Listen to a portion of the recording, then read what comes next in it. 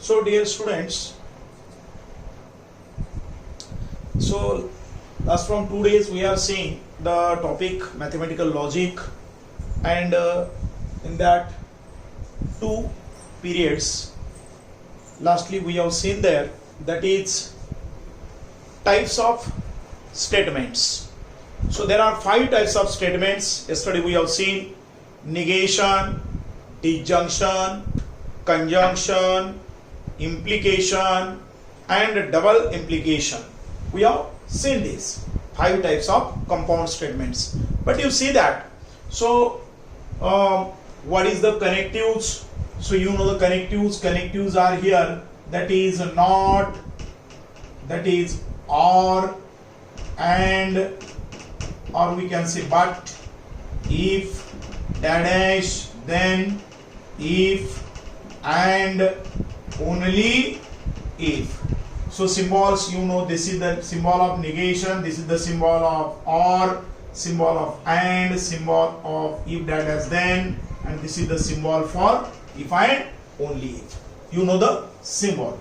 So see, if there are some statements, any 2 statements, then how to write it's in the symbolic form, that also important. So see, so first it is, that is here we see the negation. तो negation के time पे हम क्या कर सकते हैं, अगर P, Q ये कोई भी दो आपके पास सिंपल स्टेटमेंट है, let P, Q are any 2 simple statement, then the negation of the statement P, Q is denoted as, that is sorry, only अगर negation लिखना है तो सिंगल स्टेटमेंट के बारे में ही हम लिख देते हैं. We will write, so I will write here in short, that is suppose general thing I will write here, let P, Q are any 2 simple statements, any 2 simple statements, then अब मैं इसका फर्स्ट अगर negation लिखना चाहता हूं, number 1 negation. So here, that is negation of these 2 statement is written as, here then we say that, that is negation of P, Q is, that is written as P, that is not P, not P, not P, denoted as negation of P, and read as, we will write in bracket, read as, that is negation of P या तो not P. We can read this not P.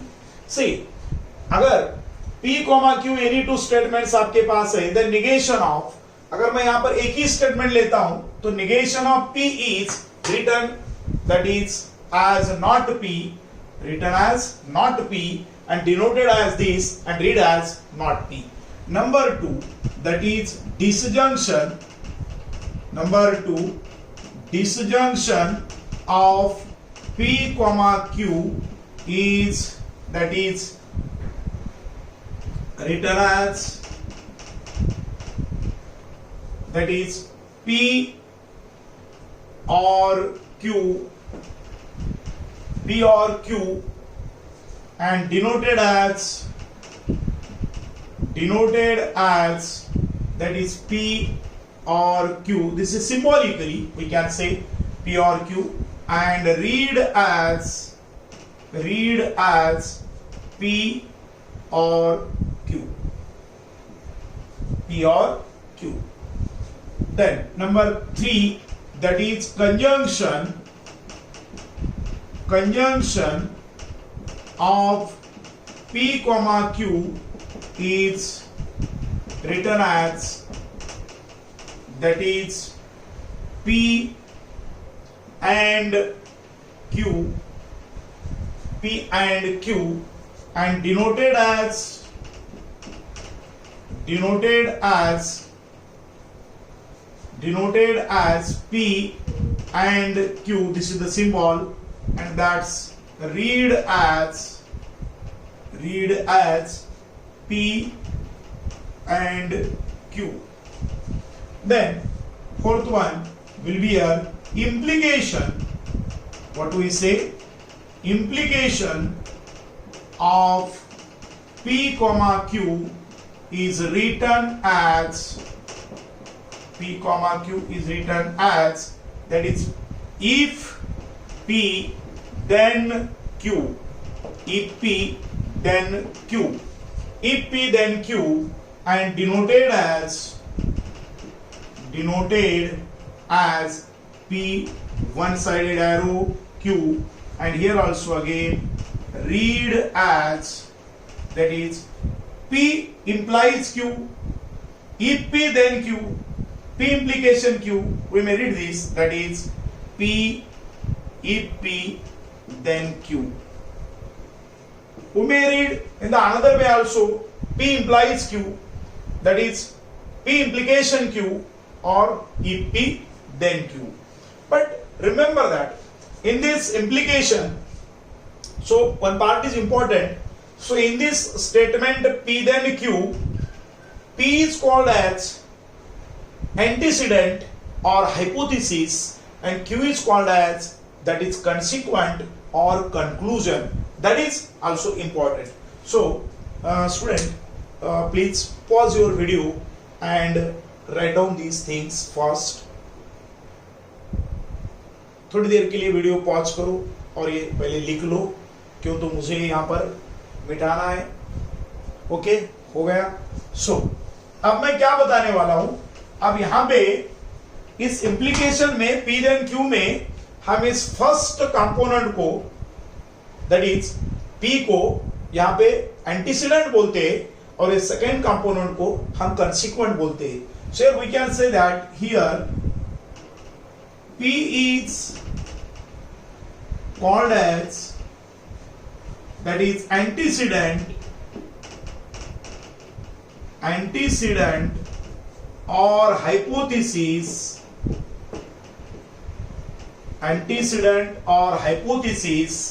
and Q is called as, that is, consequent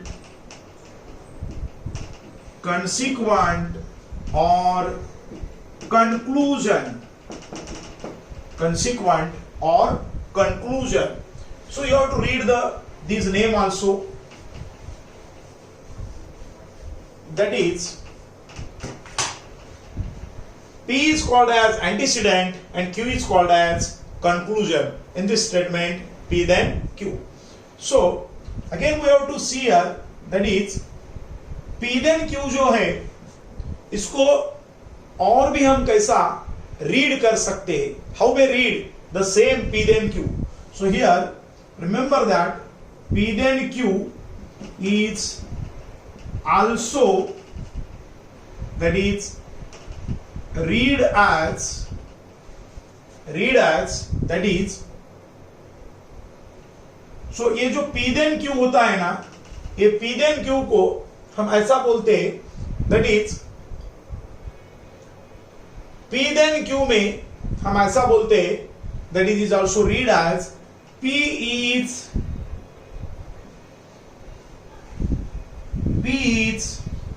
sufficient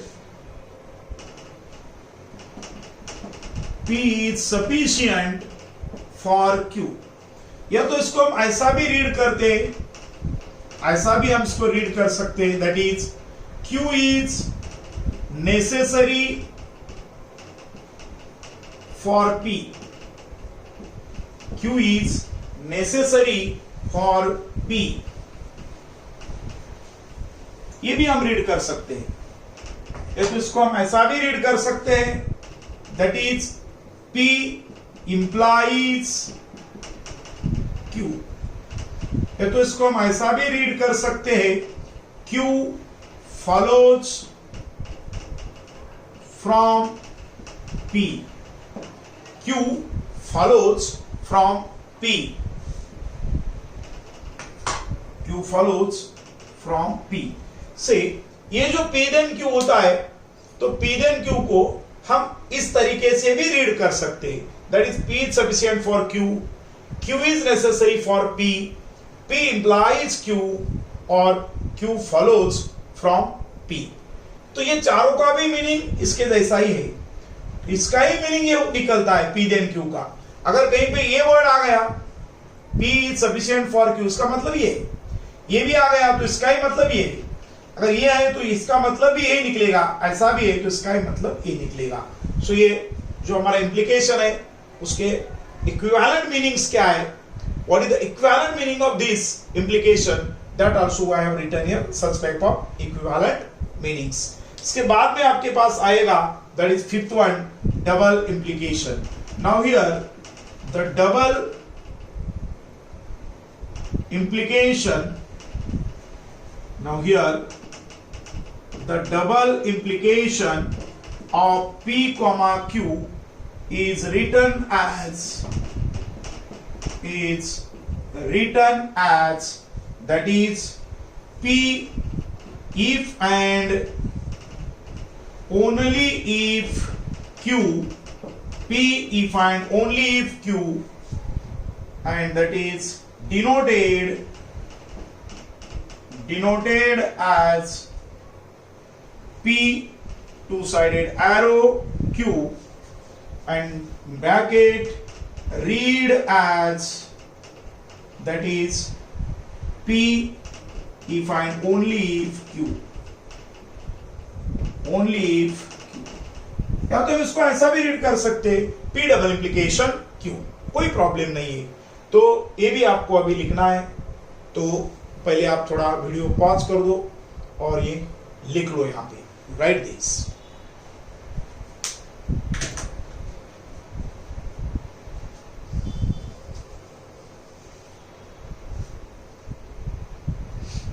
हो गया लिखना. So then we see the next part.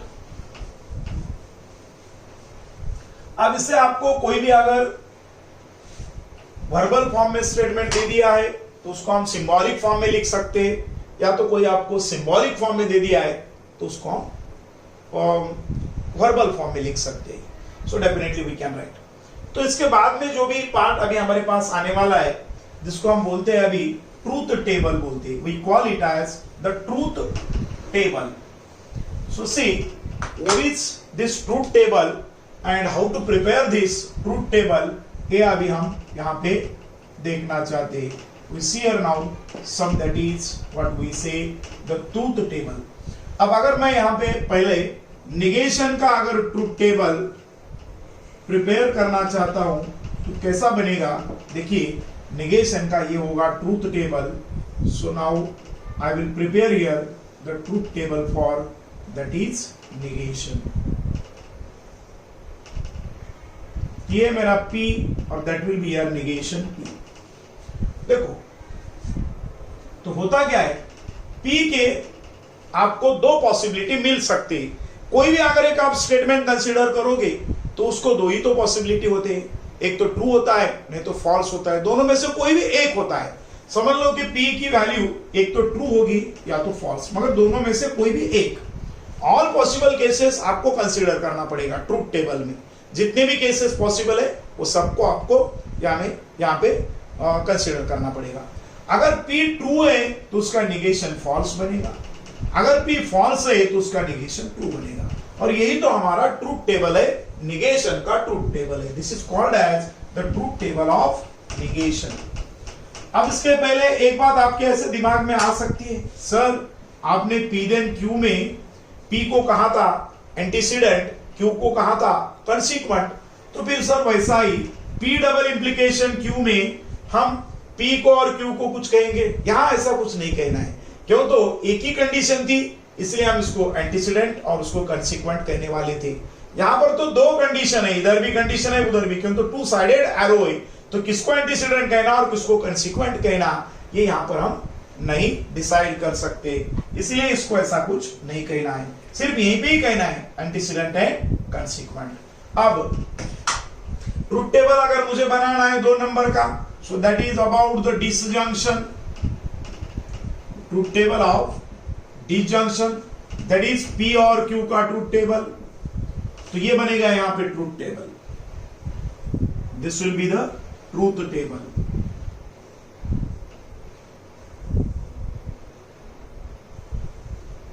ये हो गया हमारे two statements, simple statement P Q, और ये होगा आपका P और Q. तो इसके यहां पे और पॉसिबल केसेस को आपको देखना है यहां पर. आप बोलेंगे यहां पर सर एक्चुअली यहां पर ये कितने रो आपको बनाना पड़ता है. ये देखो ये तो हमारा रो नहीं है, इसके नीचे 1 2 3 4. तो कैसा डिसाइड करना, इस हमारे स्टेटमेंट में कितने सिंपल स्टेटमेंट है पहले काउंट कर दो आप. P और Q दोनों ही सिंपल स्टेटमेंट है, इसका मतलब दो सिंपल स्टेटमेंट है. अगर मैं बोलता हूं M is equal to number of statement, तो टोटल रोज जितने भी बनने आपको मिलना चाहिए, total number of rows is equal to 2 to the power m.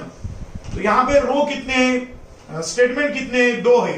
तो यहां पे m है 2, तो यहां पे 2 टू द पावर 2 का मतलब आपको 4 रो मिलना चाहिए, 4 रो. अगर स्टेटमेंट में हमारे 3 सिंपल स्टेटमेंट है, हमारे कंपाउंड स्टेटमेंट में 3 सिंपल स्टेटमेंट है, 3 वो भी अलग अलग सिंपल स्टेटमेंट है, तो 2 का पावर 3 बनेगा, तो आपको 8 रो बनाना पड़ेगा. 8 rows you have to prepare there. यहां पे 2 ही सिंपल स्टेटमेंट थे, इसलिए 2 का पावर 2, तो ये 4 बन गया. 2 का पावर 2 4 होगा, इसके लिए यहां पे 4 रो है, 1 2 3 4. अगर हमारे ऐसे स्टेटमेंट में, कंपाउंड स्टेटमेंट में अगर 4 सिंपल स्टेटमेंट है, तो 2 का पावर 4 आपको 16 यहां पर रो बनाना पड़ेगा. You have to prepare the 16 rows. तो ये तो हम कर सकते हैं, कोई बड़ी बात नहीं है, सिंपल टेक्निक है. तो चलो यहां पर P और Q ये दोनों के मिलाकर आपको पॉसिबिलिटीज कंसीडर करना है. जैसा आपने प्रोबेबिलिटी टॉपिक जो आपको 10th में भी था, अगर आपने एक ही कॉइन को टॉस कर दिया तो उसका सैंपल स्पेस कैसा बनता था, हेड कॉमा टेल. अगर 2 कॉइन को आप टॉस करते हो तो उसका सैंपल स्पेस कैसा बनता था, H H head head, H T head tail, T H tail head and T T tail tail. Means H H T H T T, ये होगा सैंपल स्पेस. वैसा ही यहां पर जैसा 2 कॉइन को आपने टॉस करने के बाद जो आपका सैंपल स्पेस बन रहा था, वैसा ही यहां पर 2 ही सिंपल स्टेटमेंट है. सिर्फ यहां पर हेड और टेल ऐसा नहीं है, ट्रू फॉल्स में आपको लिखना है. तो दोनों की possibilities that may be T T, दोनों ट्रू हो सकते. टी ऑफ ये ट्रू हो फॉल्स, या टी फॉल्स ट्रू, और दोनों के दोनों भी फॉल्स बन सकते. ये हमारा पॉसिबल, जो भी पॉसिबल केसेस है वो ऐसे आपके पास मिलने वाले हैं. अब मुझे यहां पर होना डिसजंक्शन, ये दोनों का मुझे करना है डिसजंक्शन. अगर आप बोलेंगे सर ये लिखते समय नीचे ऊपर हुआ, ये हमने यहां लिखा और ये यहां, कोई प्रॉब्लम नहीं आएगा इसमें. कोई आपको आपके कोई मार्क्स भी नहीं कम करेगा, कोई इसको गलत भी नहीं बोल सकता है. देखो और में क्या होता है, डिसजंक्शन में क्या होता है, इसका रिजल्ट कैसा आता है वो मैं आपको बताता हूं. समझो आप सुबह में घर से जब निकलते हो, जैसा कि आपके घर में आपके पापा डैडी जो भी आप बोलते हो, अगर बाहर ऑफिस को जा रहे हैं और जाते समय आपने उनके साथ एक कमिटमेंट कर दिया है. क्या कमिटमेंट कर दिया है, आपको पापा ने बोला था कि मुझे आज सेट टाइम मिलेगा नहीं मिलेगा बोल नहीं सकता हूँ, एक लाइट बिल आपको पे करना है और एक टेलीफोन बिल पे करना है. तो आपके पापा को आपने कमिट कर दिया है कि पापा यस मैं लाइट बिल या तो टेलीफोन बिल यहाँ पे मैं पेड कर दूंगा. So what you have told, so I will pay either light bill और टेलीफोन बिल. आपने कैसा बोला है, एक तो आपने ऐसा कहा है आप एक तो लाइट बिल पेड करने वाले या तो टेलीफोन बिल आप पेड करने वाले, और बोल दिया आपने अंदर. तो इसका मतलब पी का मतलब आपने बोल दिया कि आप लाइट बिल पेड करने वाले, क्यू का मतलब आपने बोल दिया आप टेलीफोन बिल पेड करने वाले. मगर यहां पे और बोला था आपने, कमिटमेंट कैसा किया था पापा के साथ, how you have done the commitment, I will pay the light bill और टेलीफोन बिल. अच्छा, तो आपके रिजल्ट्स कैसा है देखो, यहां पर ये ट्रू है, ये भी ट्रू है। इसका मतलब जो लाइट बिल आपको भरना था ये ट्रू है, इसका मतलब आपने लाइट बिल भर दिया है। टेलीफोन बिल ये मतलब ये भी आपने कर दिया है, दोनों ट्रू है, इसका मतलब आपने दोनों भी काम किया है। तो आपका ये जो डिसजंक्शन है ये ट्रू बनता है, आपका स्टेटमेंट ट्रू बनता है। क्यों?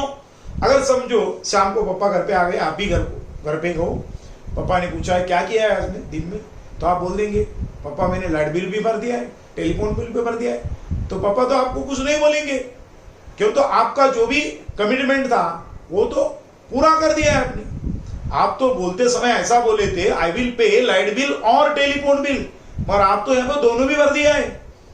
You have completed both the things. It means that यहाँ पे आप फॉल्स नहीं बन सकते हो, आप ट्रू है। क्यों? तो आपको पापा बोलने वाले नहीं है ना, क्या आपको ऐसा बोलने वाले पापा अरे दोनों को दोनों कैसा भरा आपने, ये तो नहीं बोलने वाले।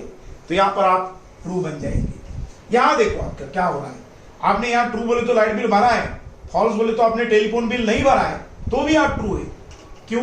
क्यों? तो यहाँ पे आपने और बोला था ना। चलो घर पे शाम को मुलाकात हो गई आपके और पापा की, जो पापा ने पूछा है क्या हुआ रे, और ऐसा पापा ने बोल दिया आपको, समझ लो अरे आपने टेलीफोन बिल क्यों नहीं भरा है, why you are not paid the telephone bill. आप बोलेंगे ना पापा को पापा मैंने लाइट बिल भर दिया है ना।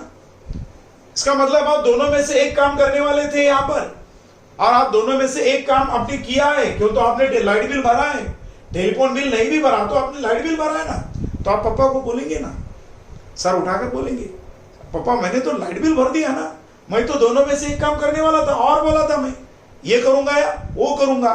तो आप वो काम अगर नहीं भी करते हो तो ये तो किया है ना, इसलिए आपका स्टेटमेंट ट्रू है। पापा भी आपको कुछ नहीं बोलेंगे। फिर यहाँ पे देखो आपने लाइट बिल नहीं भरा है, टेलीफोन बिल तो आपने भर दिया है, यहाँ पे और भी आप ट्रू हो। क्यों? पापा के साथ मुलाकात होने के बाद पापा पूछेंगे अरे आपने टेलीफोन लाइट बिल क्यों नहीं भरा है, आप बोल सकते हो, सर उठा के बोल सकते हो पापा मैंने टेलीफोन बिल तो भरा है ना, और मैं तो बोला था I will do either this और दैट, दोनों में से एक करने वाले थे, और आपने एक काम तो किया है, इसलिए आपका स्टेटमेंट ट्रू है और आपको पापा झूठ भी नहीं ठहरा सकते, क्यों? तो आपने एक काम किया है पूरा। और यहाँ पे अब आ जाओ, दोनों भी फॉल्स है, आपने ये भी नहीं किया है वो भी नहीं किया है, आपने लाइट बिल भी भरा नहीं है, आपने टेलीफोन बिल भी भरा नहीं है, यहाँ आप 100% झूठ बनने वाले, फॉल्स। क्यों? शाम को जब मिलेंगे आप, पापा पूछेंगे अरे दोनों भी नहीं भरा आपने, क्या हुआ, तो आपका सिर नहीं उठ सकता है, आप पापा को बात नहीं कर सकते हो। क्यों? तो आपने कोई काम नहीं किया है, इसका मतलब आप 100% वहां पे आपने झूठ बोला है, आपका स्टेटमेंट 100% फॉल्स बन रहा है। क्यों? तो आपने कोई भी काम नहीं किया है, दोनों आपका फॉल्स है, इसलिए आपका स्टेटमेंट ही फॉल्स है, दैट इज फॉल्स। तो फिर अब होता क्या है, देखो डिसजंक्शन में क्या होता है, दोनों का दोनों फॉल्स तो उसका डिसजंक्शन होता है फॉल्स, नहीं तो ट्रू है। इसका मतलब ऐसा बोल सकते ये both the statement are false then the disjunction is also false, otherwise it is true. अगर दोनों का दोनों फॉल्स है तो उसका डिसजंक्शन भी फॉल्स बनता है, नहीं तो ट्रू बनता है।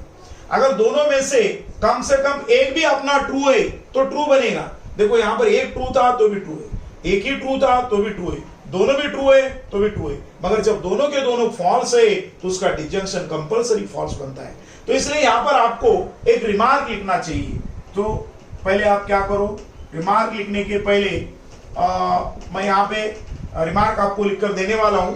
सबसे पहले आपको ये जो भी बोर्ड पे है, जो कि निगेशन मैंने लिखा है, डिसजंक्शन लिखा है, दोनों का जो मैंने ट्रूथ टेबल बनाया है वो आपको पहले नोटबुक पे लिखना है। इसलिए सबसे पहले आपको वीडियो को पॉज करना है, वीडियो थोड़ी देर के लिए पॉज करो और ये पहले लिख लो। हो गया लिखना? तो चलो मैं अभी क्या करूंगा, रिमार्क आपको बताऊंगा, तो रिमार्क लिख लो पहले। Write down,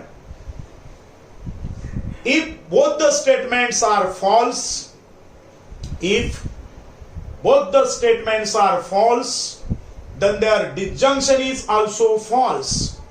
Then their disjunction is also false. और एक बार सुनो, if both the statements are false, then their disjunction is also false. Otherwise it is true. Otherwise it is true. Okay, students. इसके बाद में आपको जो ट्रूथ टेबल, कंजंक्शन है, implication है, डबल इंप्लीकेशन है, ये सब हम कल के लेक्चर में देखते हैं। दैट्स